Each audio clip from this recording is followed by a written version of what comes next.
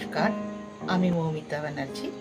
আজকে আমার ইজি কুকিংয়ের দ্বিতীয় পর্বে আমি নিয়ে এসেছি একটা সহজ রেসিপি। সেটা হলো ঘরে থাকা মাত্র 2 থেকে 3টে উপকরণ দিয়ে আমরা খুব মুখরোচক একটা নাস্তা বানিয়ে ফেলতে পারবো, যেটা আমি সহজেই আমার পরিবার বা আমার ঘরে আসা কোনো অতিথিকে সহজেই আপ্যায়ন করে ফেলতে পারবো আমার এই দুটি হাতের জাদু আর ঘরে থাকা 2-3টে উপকরণ দিয়ে। তো দর্শক বন্ধুরা, আর দেরি কেন, চলে যাচ্ছি সেই রেসিপিটা আপনাদের সঙ্গে শেয়ার করতে। আসলে রান্নাটা একটা মনের ব্যাপার। আমি কিভাবে আমার অতিথিকে আমি আপ্যায়ন করব বা আমার পরিবারের সকলকে আমার তৈরি হাতের খাবার রান্না করে খুশি করব, এটা একটা ইচ্ছের ব্যাপার। তো এই ইচ্ছেটা যদি খুব সুন্দরভাবে আমাদের মনের ভিতরে থাকে, তাহলে আমাদের রান্নাগুলো হয়ে উঠবে অসাধারণ।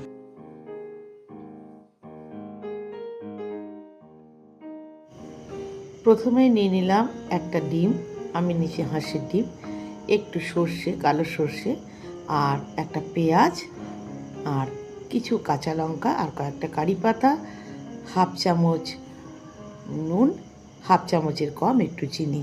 চামচ বলতে আমি চা চামচের কথা বলছি।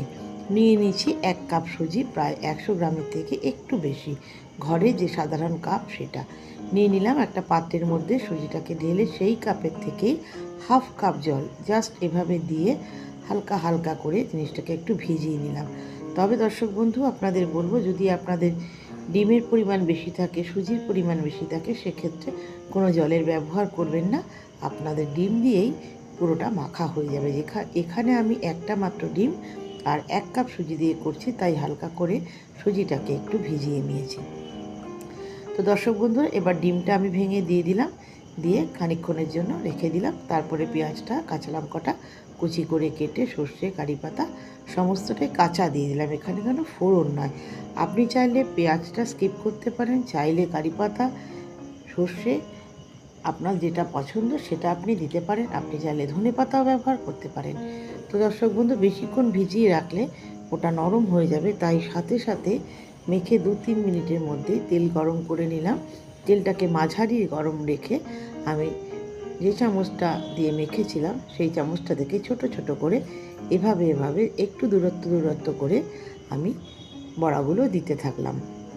তৈরি হচ্ছে একটা খুব সুন্দর মুখরোচক বড়া। আর একটু দূরত্ব করে কেন দিচ্ছি, এটা একটু ফুলে উঠবে তাই জন্যে। একেবারে গ্যাসের আঁচটা সব সময়ের জন্যই মাঝারি রাখবো, কোনো সময় গ্যাসটাকে আর হাই করব না, তাহলে ওপরটা পুড়ে যাবে আর ভেতরটা হবে না। আর বড়াগুলো খুব বেশিও কড়া ভাজা করব না, বড়াগুলো একটু নরম প্রকৃতির থাকবে। বেশি ভাজতে গেলে পেঁয়াজগুলো পুড়ে যাবে আর বড়াটা একটা তিতো স্বাদ আসবে। দর্শক বন্ধুদের বলে রাখি, এটা আপনি চায়ের সাথে পরিবেশন করতে পারেন, এমনি দিতে পারেন, আর খাওয়ার সময় আপনার প্রয়োজনীয় যে কোনো সস আপনি ব্যবহার করতে পারেন। তবে উপর থেকে কোনোভাবেই চাট মশলাটা ছড়াবেন না, এখানে চাট মশলাটা যায় না। আপনার দরকার হলে যদি নুনের পরিমাণ একটু কম লাগে খেয়ে দেখে, তাহলে আপনি সামান্য বিট নুন এখানে ছড়িয়ে দিতে পারেন। গোলমরিচও সামান্য একটু ছড়িয়ে দিতে পারেন, কিন্তু এতে কিছুই প্রয়োজন হয় না। হালকা করে লাল লাল করে ভেজে নিলাম, দেখতেই পাচ্ছেন।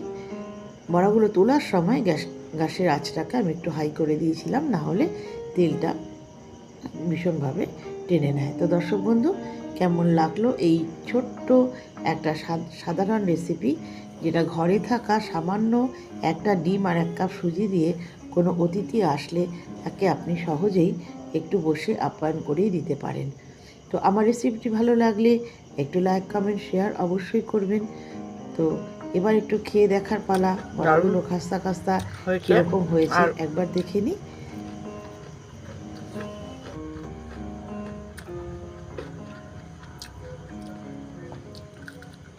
আপনারা বাড়িতে করে খান।